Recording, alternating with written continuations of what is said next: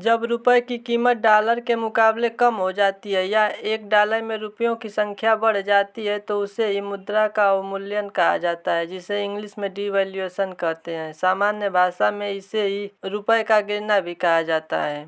आगे अच्छी तरह से समझने के लिए ये समझ लेना जरूरी है कि विनिमय दर क्या होता है। विनिमय दर का अर्थ होता है दो अलग अलग मुद्राओं का सापेक्षिक कीमत, अर्थात एक मुद्रा के सापेक्ष दूसरी मुद्रा की कितनी वैल्यू है। इसका निर्धारण विदेशी मुद्रा बाजारों द्वारा होता है। विनिमय दर भी कई प्रकार के होते हैं, जिनमें से एक अस्थायी विनिमय दर होता है। जब मुद्रा की कीमत सरकार घटाती है तो उसे अस्थायी विनिमय दर कहा जाता है। अब बात आती है कि सरकार डॉलर के मुकाबले रुपए की कीमत क्यों कम करती है।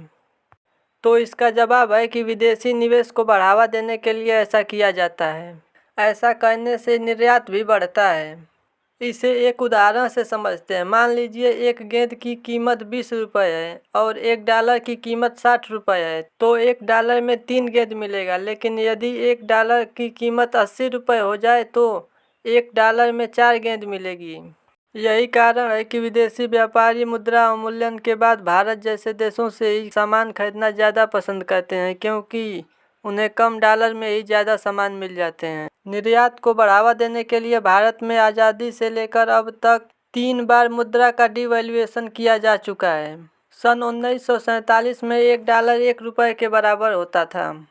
सरकार द्वारा मुद्रा का अवमूल्यन पहली बार 1949 में किया गया, तब एक डॉलर का मूल्य 4 रुपये 75 पैसे हो गया था।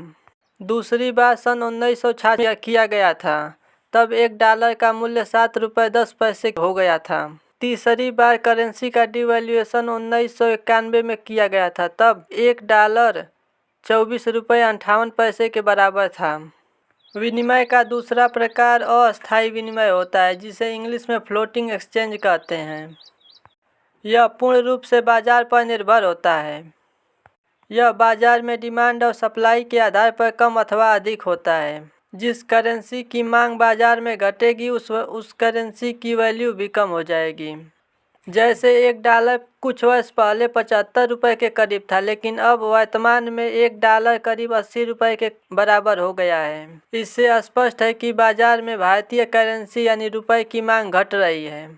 भारतीय करेंसी की मांग को बढ़ाने के लिए सरकार और आरबीआई यह चाहते हैं कि जिन देशों से भारतीय करेंसी में व्यापार हो सके उनसे भारतीय करेंसी में ही व्यापार किया जाए। यह अनुमान लगाया जा रहा है कि रूस, पाकिस्तान, श्रीलंका, भूटान, नेपाल जैसे देश भारतीय करेंसी में व्यापार करने के लिए राजी हो जाएंगे। जितने अधिक देश भारतीय करेंसी में व्यापार करेंगे उतना ही भारत को फायदा होगा।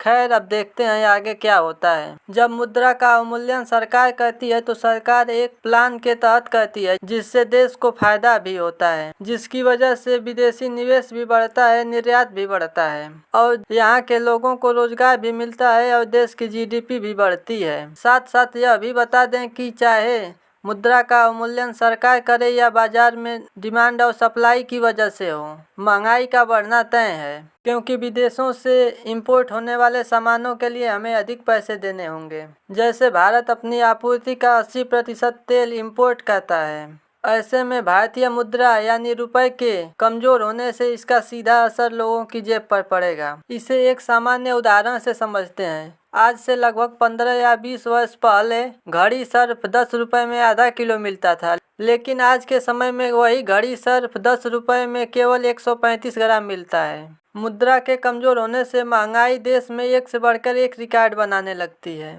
और धीरे धीरे देश कंगाल हो जाता है।